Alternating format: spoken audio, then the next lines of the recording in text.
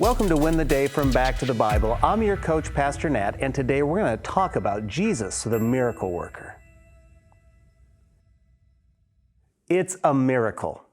That's what Tattoo would say on the show Fantasy Island. But the truth of the matter was that the fantasies Mr. Rourke made on that show were not miracles. They were just simple orchestration and execution of a man. But that's not Jesus. Jesus is not just a man, and he was not a man of illusion or tricks. No, Jesus is the true miracle worker, and that's what John records in his gospel. Next week, we will pick up our study of the book of John. John wrote at the end of his letter, "Now Jesus did many other signs in the presence of the disciples, which are not written in this book. But these are written so that you may believe that Jesus is the Christ, the Son of God, and that by believing you may have life in his name." John wrote this gospel so all who read it may believe with confidence that Jesus is God, the Savior of the world. His testimony and works prove these claims. Yesterday, we remembered that in chapters 1 through 4, John begins to lay out the claim that Jesus is God. He came to destroy religion because mankind is helpless in their sin. And then in chapters 4 through 8, we begin to see the case for Jesus in his miracles. In chapter 2, Jesus turns the water into wine. In chapter 4, Jesus heals the royal official's son. In chapter 5, Jesus healed a sick or a paralytic man.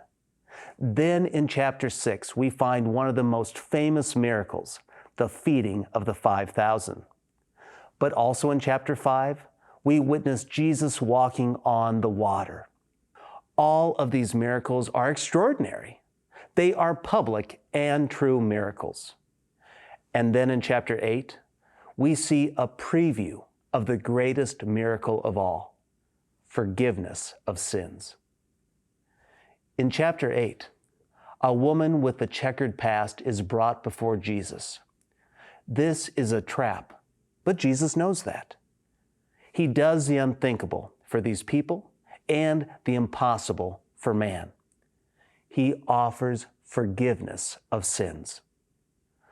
John writes, "And as they continued to ask him, he stood up and said to them, 'Let him who is without sin among you be the first to throw a stone at her.'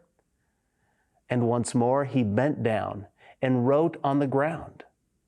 But when they heard it, they went away one by one, beginning with the older ones, and Jesus was left alone with the woman standing before him.